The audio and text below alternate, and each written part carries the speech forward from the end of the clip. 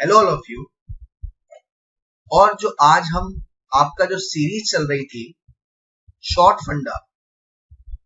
फंडा में हमने कैश फ्लो स्टेटमेंट से स्टार्ट किया था और वहां पर मैंने अपने पहले पार्ट में आपको सिंपल बताया था कि सर कैश फ्लो क्या होता है, कैश फ्लो का मीनिंग क्या होता है, कैश इनफ्लो क्या होता है, कैश आउटफ्लो क्या होता है। अगर आपने वो वीडियो नहीं देखा है तो आप डिस्क्रिप्शन में लिंक मिल जाएगा, उसे देख सकते हैं। आज हम उसका अगला पड़ाव करेंगे। मैं आपको बता दूं, जो हम कैश फ्लो बनाते हैं आपको बैलेंस शीट में कैश एंड कैश इक्विवेलेंट दिया होता है और मैंने आपको बताया है कि कैश एंड कैश इक्विवेलेंट में क्या क्या आता है। लेकिन जो आपका पूरा कैश फ्लो स्टेटमेंट है उसमें तीन तरीके की एक्टिविटी आपकी होती है। एक आपका ऑपरेटिंग एक्टिविटी, एक आपका इन्वेस्टिंग एक्टिविटी और एक आपका फाइनेंसिंग एक्टिविटी।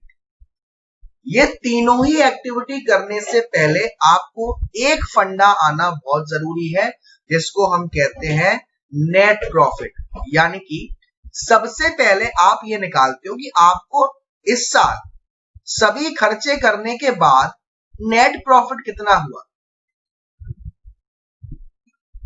मान लो आपने कुछ पैसा अपना बैंक में जमा कर दिया है, कुछ पैसा रिजर्व में डाल रखा है, कुछ पैसा आने वाले खर्चों के लिए डाल रखा है, कुछ पैसा आने वाले टैक्स देना है साल में उसमें डाल रखा है। तो जब मैं नेट प्रॉफिट निकालूंगा तो मैं क्या करूंगा, जितनी भी मैंने पैसे इधर उधर डाल रखे हैं उन सबको एक जगह इकट्ठा करूंगा, हाँ या ना? एक जगह इकट्ठा करूंगा, हाँ या ना? जी सर। तो उसके लिए मैं बनाऊंगा नेट प्रॉफिट। उसके लिए मैं बनाऊंगा नेट प्रॉफिट। बारी बारी से समझते जाइएगा नेट प्रॉफिट में हम क्या करते हैं। आपको जो भी क्वेश्चन गिवन होगा कैश फ्लो का, उसमें आपको 2 साल दे रखी होगी, 2016 2017 हमने एज्यूम कर लिया है। आपको क्वेश्चन में जो ईयर दिया होगा वो उल्टा दिया होगा, यानी कि इसको हो सकता है 17 कर दें और इसको 16 कर दें। आपको सबसे पहले ये देखना है कि जो डिफरेंस है, आपको हो सकता है क्वेश्चन में दे रखा होगा statement of profit and loss, हो सकता है आपको रिजर्व एंड सरप्लस नाम से दे रखा हो, है ना? तो सबसे पहले आपको देखना है कि जो क्वेश्चन में आपको बैलेंस शीट में प्रॉफिट एंड लॉस दे रखा है उसका डिफरेंस कितना है और वो प्लस में है या माइनस। फॉर एग्जांपल 2016 में था 40,000 सर और 2017 में है 60,000, कितना बढ़ा? 20,000। तो पहले हमने डिफरेंस ले लिया। अच्छा सर, अगर यही उल्टा होता, ये होता 16 और ये होता 17, 60,000 से 40,000 हो गया, तो हम क्या लेते हैं? माइनस के 20,000। माइनस इंडिकेट करता है कि हमने वो चीज माइनस में ली। यानी कि नेट प्रॉफिट कैलकुलेट करने का पहला स्टेप क्या है सर? पहले आपको डिफरेंस लेना है, किसका?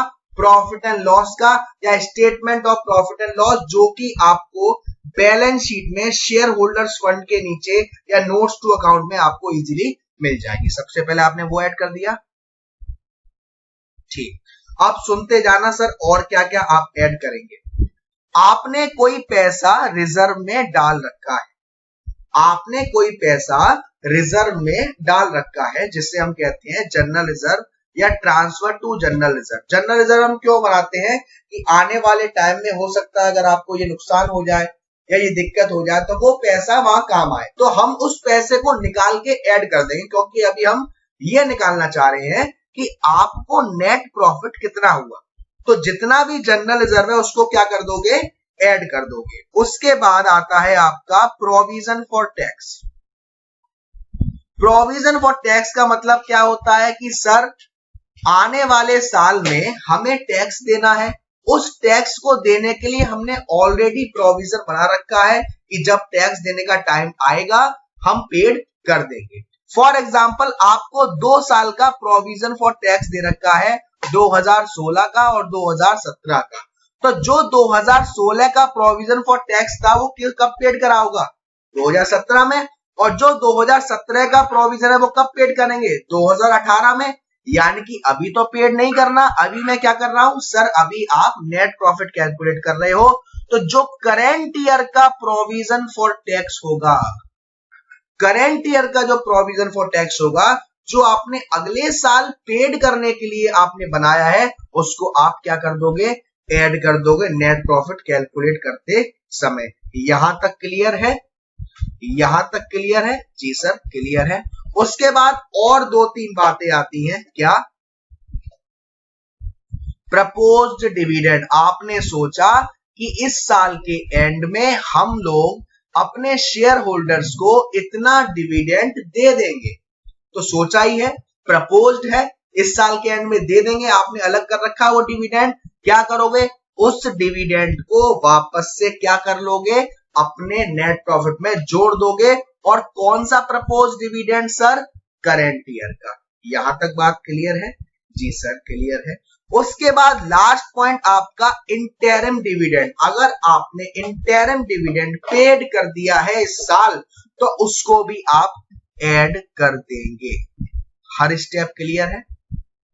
हर स्टेप क्लियर है? जी सर। मेनली नेट प्रॉफिट हम क्यों कैलकुलेट कर रहे हैं सर? क्योंकि आप पता लगा रहे हो कि आपके पास एक्चुअल नेट प्रॉफिट कितना था। आपने पैसा कहीं रिजर्व में डाल रखा है, कभी खाते में डाल रखा है, कभी डिविडेंड देने के लिए डाल रखा है, कभी टैक्स पेड करने के लिए डाल रखा है, लेकिन अभी तो नहीं होना ना। अभी आप क्या करो, अभी आप ये पता लगाओ कि आपके पास नेट प्रॉफिट कितना है। तो अभी मैंने आपको बता दिया क्या क्या चीजें ऐड करनी है। जी सर। लेस सिर्फ आपको एक ही चीज करनी है। क्या? मैंने आपको बताया था कि 16 और 17, 16 में जो प्रोविजन फॉर टैक्स बनाया होगा वो किस साल के लिए बनाया होगा? 2017 में पेड करने के लिए। तो जब हम टैक्स पेड करते हैं तो कभी कभी हमें रिफंड मिल जाता है। तो अगर आपको क्वेश्चन में रिफंड फॉर टैक्स दे रखा है, उसे माइनस कर देंगे। इतना सब करने के बाद आपका इजीली निकल के आएगा net profit before tax. Question की शुरुआत करते समय सबसे पहली कड़ी नेट प्रॉफिट बिफोर टैक्स। यही था आज का शॉर्ट फंडा का शॉर्ट फंडा। वीडियो थोड़ी सी लंबी हो गई, 7 मिनट की, क्योंकि शॉर्ट फंडा कहता है कि सर वीडियो को रखो शॉर्ट, कंसेप्ट को मजेदार, 5 से 7 मिनट तक। कोई बात नहीं, कंसेप्ट आई होप आपको अच्छे से क्लियर हुआ होगा। अगली वीडियो में आप अपनी पहली एक्टिविटी की ओर बढ़ेंगे, cash flow from operating activities. तब तक के लिए वीडियोस को लाइक करते रहिए, शेयर करते रहिए, और अब तक चैनल को सब्सक्राइब नहीं किया है तो प्लीज सब्सक्राइब कर दीजिएगा। Thank you so much.